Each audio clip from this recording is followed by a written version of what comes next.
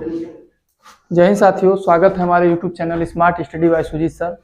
पिछले वीडियो में हमने देखा था संसाधनों का वर्गीकरण, जिनको कि हमने 4 भागों में वर्गीकृत किया था। जिसमें से हमने देखा था उत्पत्ति के आधार पर जैव और अजैव, उसके अलावा स्वामित्व के आधार पर भी हमने देखा था। स्वामित्व के आधार पर राष्ट्रीय, अंतर्राष्ट्रीय, जो भी निजी व्यक्तिगत था उसमें, और उनके अलावा जो था समाप्यता के आधार पे भी था, नवीकरण और नवीकरण था, और लास्ट में था विकास के स्तर के आधार पर, जिनको के भी 4 भागों में बांटा गया था। क्या क्या था? एक संचित कोष था, एक भंडार था, उनके अलावा विकास के स्तर के आधार पे 4 भागों में बांटा गया था ना। कौन कौन था? संभावी, विकसित और संचित और भंडार। ठीक है, अब आज हम जो चैप्टर पढ़ेंगे वो मतलब जो टॉपिक है वो हमारा क्या है? संसाधनों का विकास। संसाधनों का विकास क्यों जरूरी है? यानी कि संसाधनों का जो विकास हुआ है वो मनुष्यों के जीवन यापन करने के लिए, मनुष्य का जीवन यापन और मनुष्य की गुणवत्ता को बरकरार रखे, बनाए रखे। यानी संसाधनों की मदद से ही हम क्या करते हैं? जो मनुष्य है वो अपने जीवन को क्या कर रहा है? यापन कर रहा है। यापन करने का मतलब क्या है? जल भी एक तरह से हमारे लिए क्या है? संसाधन ही है। उसकी भी गुणवत्ता बनी रहे, इसके लिए हम संसाधनों का इस्तेमाल करते हैं। जैसे स्थिति इतना ज्यादा खराब होती जा रही है, संसाधनों का हम जो उपयोग कर रहे हैं वो बहुत ज्यादा मात्रा में कर रहे हैं। ज्यादा मात्रा में करने का मतलब क्या है? ज्यादा से ज्यादा दोहन करने का काम कर रहे हैं, जिससे संकट की स्थिति आने वाले समय में उत्पन्न हो सकती है और लगभग उत्पन्न हो भी चुकी है। जैसे कि हम देखेंगे, पहले जो गांवों में लोग थे वो बताते हैं, जो हम लोगों के पिताजी या बाबा जो भी जिनके घरों में होंगे बताएंगे कि नदियों का वो लोग पानी पिया करते थे। नदी से जो पानी आता था उसका पानी पीते थे, मतलब इतना शुद्ध पानी रहता था। और धीरे धीरे बाद में कुएं का पानी पीने लगे लोग, और आज के समय में हैंडपंप का पानी जब हम लोग पी रहे हैं तो हैंडपंप का भी जो पानी है वो भी क्या है? कहीं ना कहीं अब अशुद्धि के कगार पर है। यानी हमने संसाधनों का इतना दोहन कर दिया। अब संसाधनों का हम जब यदि इस्तेमाल करेंगे तो पर्यावरण पे भी उसका प्रभाव देखने को मिलेगा, क्योंकि संसाधन हमको पता है कि प्रकृति प्रदत्त है। प्रकृति प्रदत्त का मतलब क्या है? ये प्राकृतिक रूप से मिले हुए संसाधन है, जिसको मनुष्यों ने प्रौद्योगिकी की सहायता से उनका विकास करके अपने इस्तेमाल के लिए उसे बनाया। लेकिन बनाया तो हमने जरूर, लेकिन किससे छेड़छाड़ करके बनाया? प्रकृति से। प्रकृति के साथ मतलब हम छेड़छाड़ करने का मतलब यह है कि उसका ज्यादा से ज्यादा हम लोग क्या करने लगे? उपभोग करने लगे। अब जल अगर हमको इस्तेमाल करना है, थोड़ा सा ही संचित में भी हो सकता है, सीमित में भी हो सकता है, लेकिन ज्यादा से ज्यादा हम क्या करते हैं? व्यय करते हैं। तो जो व्यय हम करेंगे तो उससे भी कहीं ना कहीं संसाधनों पर प्रभाव पड़ेगा। तो संसाधनों के विकास में अब उससे कुछ इसके परिणाम देखने को मिलेंगे। किस प्रकार का परिणाम? गंभीर परिणाम देखने को मिलेंगे। जैसे कि क्या है, इसमें मुख्य समस्याएं क्या उत्पन्न होंगी पर्यावरण से? सबसे पहले इसमें थोड़ा सा लिख लो, संसाधनों के विकास में 2 पॉइंट लिखो केवल। लिखो, संसाधनों का विकास, संसाधन जिस प्रकार मनुष्य के जीवन, जल्दी जल्दी लिखो थोड़ा। संसाधन जिस प्रकार मनुष्य के जीवन यापन के लिए, जिस प्रकार मनुष्य के जीवन यापन के लिए अति आवश्यक हैं, उसी प्रकार जीवन की गुणवत्ता बनाए रखने के लिए महत्वपूर्ण भी हैं। जीवन की गुणवत्ता बनाए रखने के लिए, यानी संसाधन क्या है? मनुष्य के जीवन यापन करने के लिए अति आवश्यक हैं। यदि संसाधन नहीं रहेंगे तो मनुष्य का जीवन यापन करने में कहीं ना कहीं कठिनाइयों का सामना करना पड़ेगा, और उनकी गुणवत्ता को बनाए रखने में भी क्या होते हैं? आवश्यक होते हैं। अब हम संसाधनों का यदि ज्यादा से ज्यादा उपयोग करते हैं तो उनका होने वाला परिणाम जो है उसको हम देखते हैं। संसाधनों से उत्पन्न होने वाली समस्याएं, प्रमुख समस्या देखते हैं।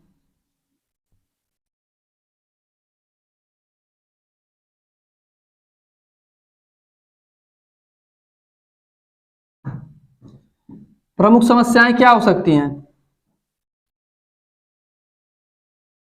जैसे देखो, हम क्या करते हैं, ज्यादा से ज्यादा इसमें क्या होता है, एक तो जो संसाधन है, संसाधन सीमित होते हैं। सीमित का मतलब क्या होता है? सीमित किसे बोल सकते हैं? नहीं होता है। सीमित क्या होता है? सीमित का मतलब कम मात्रा में हो। ऐसे संसाधन जो सीमित हैं, सीमित नहीं लोग कहते हैं कि बस थोड़ा सा सीमित मात्रा में ही है। सीमित मात्रा का मतलब क्या होता है? कुछ व्यक्तियों की लालचकारी प्रवृत्ति, लालसा, यानी लालसा का मतलब देखते हो, यदि हमारे पास देखो एक चीज क्या होता है, एक आवश्यकता होता है और एक क्या होता है, आवश्यकता से बढ़ चढ़ करके करना, यानी कि दिखावापन। जैसे कि सिंपल हमारे पास वाहन है, कोई कहीं आने जाने के लिए हमारे पास वाहन है। अब वाहन भी तो हमारा क्या है, एक संसाधन है। एक के होने के बाद भी हम कितना रख ले, 50 रख ले, तो ये हमारा क्या है, संसाधन का हम हमारे अंदर लालच पैदा हो रही है। और लालच का नतीजा यह है कि कुछ ही लोगों तक यह संसाधन ज्यादा मात्रा में पहुंच पाता है। जैसे देखोगे तो जल का संकट इतना ज्यादा है कि गरीबों के घरों में पीने के लिए पानी के भी लाले पड़ जाते हैं कभी कभी। और वहीं अमीरों के घर देखेंगे तो हम डेली वो स्विमिंग पूल में नहाते रहेंगे, स्विमिंग पूल में नहाएंगे, उनके लिए पानी उपलब्ध है। इसका मतलब है जो संसाधन है वो कहीं ना कहीं, संसाधन भी मनुष्यों को वर्गीकृत कर दे रहा है दो भागों में, दो भागों में, गरीबी और अमीरी। यानी एक तो संसाधनहीन और एक संसाधन से परिपूर्ण, दो ऐसे कैटेगरी बना दिए गए हैं। संसाधन जो होते हैं कुछ ही लोगों तक पहुंच पाते हैं, हम जानेंगे तो इसमें केवल 10% लोगों तक इस ज्यादा से ज्यादा संसाधन पहुंच पाते हैं, किसी एक व्यक्ति के हाथों में रह जाता है और वह उनकी लालसा उनके अंदर बढ़ने लगती है। अब जब लालसा बढ़ेगी तो वो कहीं ना कहीं प्रकृति से ही मिलती हैं, संसाधन जो भी होते हैं। अब प्रकृति से जब मिलेगा तो वो पर्यावरण के साथ क्या करेंगे, छेड़छाड़ करेंगे, उसके गंभीर परिणाम हमको देखने को मिलेंगे। जैसे मकान है, पेड़ों को काट करके मकान बना देना, किस पे इफेक्ट पड़ेगा? पर्यावरण पे ही तो पड़ेगा। मकान हमारा क्या है, संसाधन है, लेकिन हमने, हमारे मान लो एक बिल्डिंग है, अब एक की बजाय हम चाहेंगे नहीं हमको 12 चाहिए, तो 12 को जगह जाएंगे 12, यानी पेड़ों को काटेंगे, बनाएंगे बिल्डिंग, तो पर्यावरण पे उसका नुकसान पहुंचेगा। तो इसके बहुत से गंभीर परिणाम देखने को मिलते हैं। संसाधनों का अत्यधिक मात्रा में उपयोग करने से आने वाली जो हमारी पीढ़ी है उसको कहीं ना कहीं इन संसाधनों से हम उसको वंचित रख देंगे, वो इन संसाधनों का लाभ नहीं ले पाएंगे।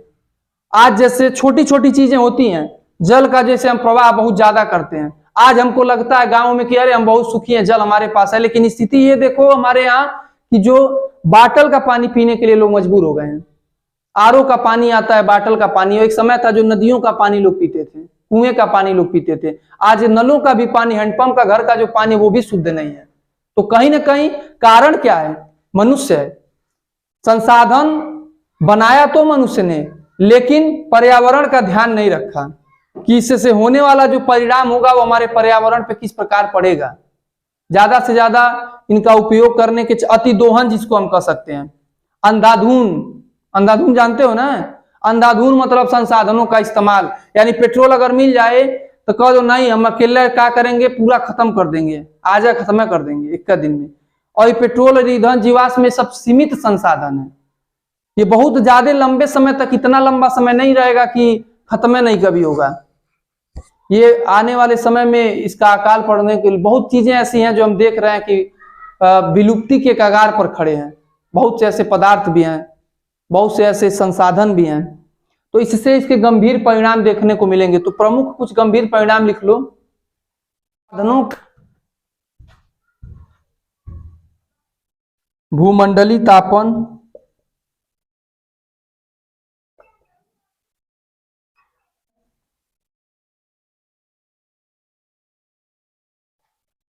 ओजोन परत अवक्षय, पर्यावरण प्रदूषण,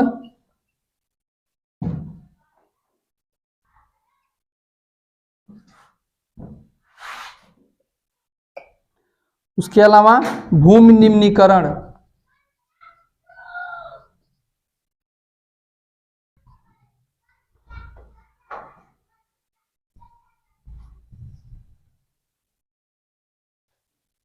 जो हमारे पर्यावरण पे जो इफेक्ट पड़ा है वो क्या पड़ा है? भूमंडलीय तापन। भूमंडलीय तापन क्या होता है? कोई बताएगा भूमंडलीय तापन क्या होते हैं? भूमंडलीय देखो शब्दों में ही है। भू मतलब क्या होता है? धरती। धरती एक भी मंडल ही है। तापन मतलब क्या है? गर्म या तप्त हो जा रही है। यानी इसको हम इंग्लिश में एक तरह से क्या कह सकते हैं? Global warming. ग्लोबल वार्मिंग नाम सुने भी होंगे ग्लोबल वार्मिंग का। इसमें क्या हो रहा है? देखो संसाधन का हम जब ज्यादा से ज्यादा उपयोग करेंगे तो पर्यावरण को नुकसान पहुंचेगा ही। संसाधन टेक्नोलॉजी होती है। आज के समय में देखोगे कुछ ऐसे जो तरंग वेव हैं, मतलब कि सैटेलाइट ऐसे कुछ बनाए गए हैं जो नेटवर्किंग के लिए, उससे कुछ जो चिड़िया हैं वो भी कहीं ना कहीं विलुप्ति के कगार पे खड़ी हैं। गिद्ध को हम देखेंगे संसाधन के रूप में हमने एक दवा इस्तेमाल किया था, उस दवा को खाने के बाद से गिद्धों की प्रजातियां भी समाप्त होती जा रही हैं, जो कि ये सब पृथ्वी पर्यावरण के लिए जरूरी होते हैं। हमने अपने इस्तेमाल में मानव सुख भोगे, उसके चक्कर में हमने क्या कर दिया? बाकी पर्यावरण के साथ बिल्कुल एकदम से नहीं छेड़छाड़ कर दिया। तो ये भूमंडलीय तापन का मतलब है ग्लोबल वार्मिंग। इसमें क्या होता है? CO2 की मात्रा बढ़ जाती है, यानी कार्बन का ज्यादा उत्सर्जन होने के कारण जो हमारी पृथ्वी है वो तप्त होती जा रही है। तप्त होने का मतलब दिन पे दिन इसका जो तापमान है वो बढ़ता जा रहा है। आज के समय में हम देखेंगे गर्मी का जो स्तर है वो रिकॉर्ड तोड़ स्तर बनता जा रहा है, यानी कि असामान्य रूप से हमारी जो पृथ्वी है वो बिल्कुल गर्म होती जा रही है। दूसरा इसमें दिया है ओजोन परत अपक्षय। ओजोन परत अपक्षय का मतलब क्या है? हम जानते हैं कि ये हमारी पृथ्वी है और पृथ्वी पे कितने परतें पाई जाती हैं? 5 परत पाई जाती है ना। उसी परतों में जो हमारा एक दूसरा लेयर होता है, दूसरे परत के बीच में समताप मंडल, उसी में एक हमारी परत पाई जाती है ओजोन, जिसको हम O3 भी कह सकते हैं। O3 क्यों कहते हैं? जैसे हम देखते हैं ऑक्सीजन के लिए क्या होता है? O2 होता है, कार्बन डाइऑक्साइड CO2 होता है। उसी प्रकार से ये ऑक्सीजन के 3 ऑक्सीजन मिलकर के बना हुआ है क्या? ओजोन। और जहां 3 लोग रहते हैं तो क्या कहावत है? 3 तिगाड़ा काम बिगाड़ा। जरूरी तो हमारे लिए, हालांकि सब गैस सारे गैसें जरूरी हैं, लेकिन इसमें क्या हो रहा है? जो किरणें आती है कहां से? सूर्य से। यानी ये मान लेते हैं ये हमारे सूरज बाबा हैं, ठीक है? इन्हीं परिवार है ना हम लोग, मुखिया यही है ना।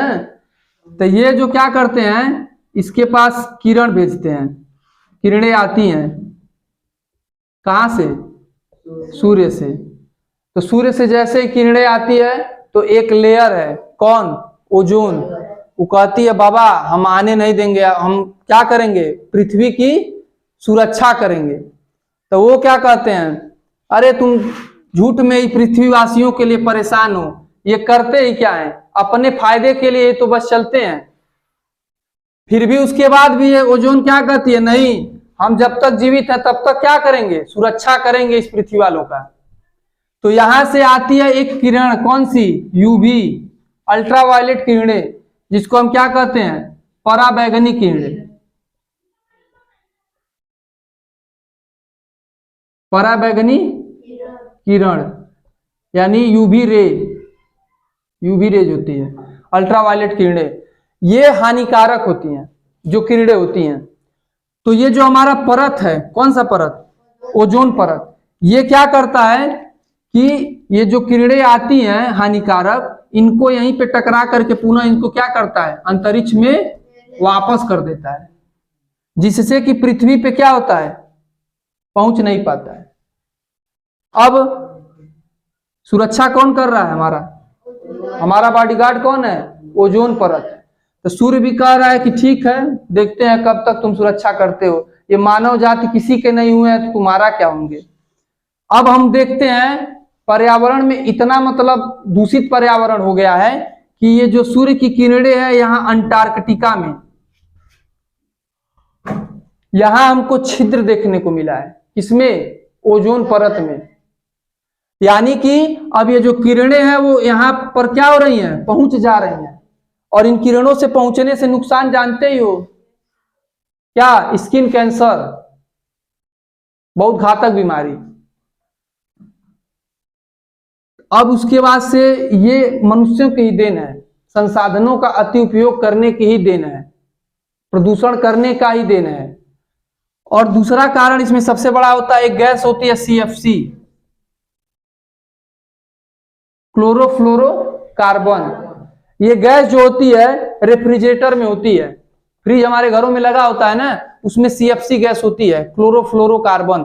AC जो होता है उसमें भी क्लोरोफ्लोरोकार्बन होता है। हम किसके लिए? अपनी सुविधा के लिए पानी ठंडा कर गया, दबा के पानी पियेंगे खूब ठंडा ठंडा, हवा लेंगे एकदम, मतलब लगे कितना टेम्परेचर है लेकिन हमारे घर में AC है।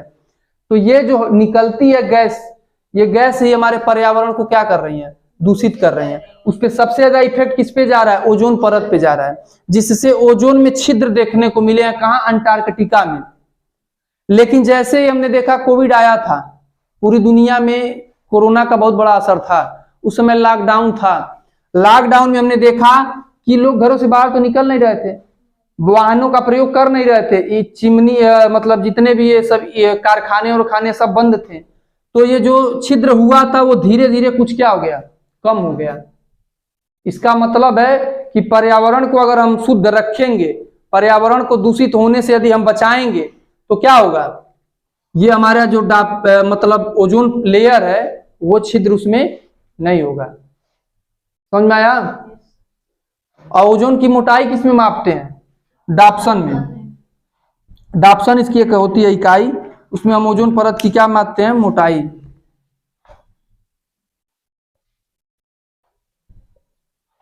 डाप्सन में से ओजोन परत की हम मोटाई को मापते हैं। तीसरी इसमें दिया है पर्यावरण प्रदूषण। पर्यावरण प्रदूषण तो हम जानते हैं क्या होता है। पर्यावरण प्रदूषण क्या है? देखो, जब हम जो भी चीजें वाहन जैसे इस्तेमाल कर रहे हैं, वाहन से निकलने वाला धुआं वो हमारे पर्यावरण को क्या कर रहा है? दूषित कर रहा है। उसके अलावा आजकल के नया युवाओं को देख रहे, बुलेट एकदम रफ्तार में फटफटाती आवाज, हाँ, पटपट पटपट की जो आवाज जा रही है वो भी क्या कर रही है? पर्यावरण को दूषित कर रही है। किस रूप में? ध्वनि प्रदूषण के रूप में। और भी कारण है, बहुत ऐसे कारण है जिससे क्या हो रहा है?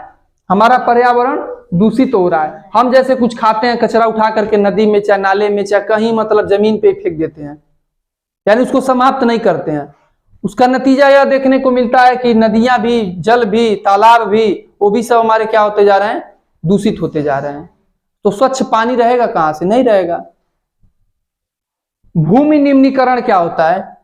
भूमि निम्नीकरण का मतलब होता है भूमियों का, मतलब इस भूमि का ज्यादा से ज्यादा उपयोग करना। ज्यादा उपयोग का मतलब भूमि में भी निम्नीकरण आते जा रहे हैं। मतलब यह है कि जैसे कीटनाशक दवाओं का हम ज्यादा से ज्यादा उपयोग कर रहे हैं, अपने पैदावार को ज्यादा बढ़ाने के चक्कर में जो हम खेती है उस पर क्या कर रहे हैं? इतना खादों का प्रयोग कर रहे हैं कि भूमि का निम्नीकरण हो जा रहा है। यानी जो भूमि है वो अनुपजाऊ हो जा रही है, यानी उसकी उर्वरा शक्ति जो है वो क्या हो जा रही है? कम हो जा रही है। तो ये सब करने वाला कौन है? मनुष्य है। देखो, संसाधन हमने बनाया, लेकिन संसाधनों का हमने किस प्रकार से अति दोहन कर दिया, अंधाधुंध दोहन कर दिया। इसको लेकर के पूरे विश्व ने चिंता व्यक्त किया, क्योंकि यह हमारे देश के लिए नहीं है, संपूर्ण मानव जगत, संपूर्ण विश्व अपने मानव जो है संसाधनों का उपयोग कर रहा है, नई नई प्रौद्योगिकी से संसाधनों का खोज कर रहा है। तो जब खोज कर रहा है तो पर्यावरण के साथ ही छेड़छाड़ कर रहा है। उसके गंभीर परिणाम है जैसे भूमंडलीय तापन, ओजोन परत में अपक्षय, पर्यावरण प्रदूषण, भूमि निम्नीकरण। इसको लेकर के पूरे विश्व ने चिंता व्यक्त किया। तो जब चिंता व्यक्त करेंगे तभी कुछ होगा। उसके लिए एक सम्मेलन किया गया, जो सम्मेलन को हम कल पढ़ेंगे क्योंकि वीडियो काफी लंबा हो जाता है। तो आज के लिए इतना ही, मिलते हैं नेक्स्ट वीडियो में।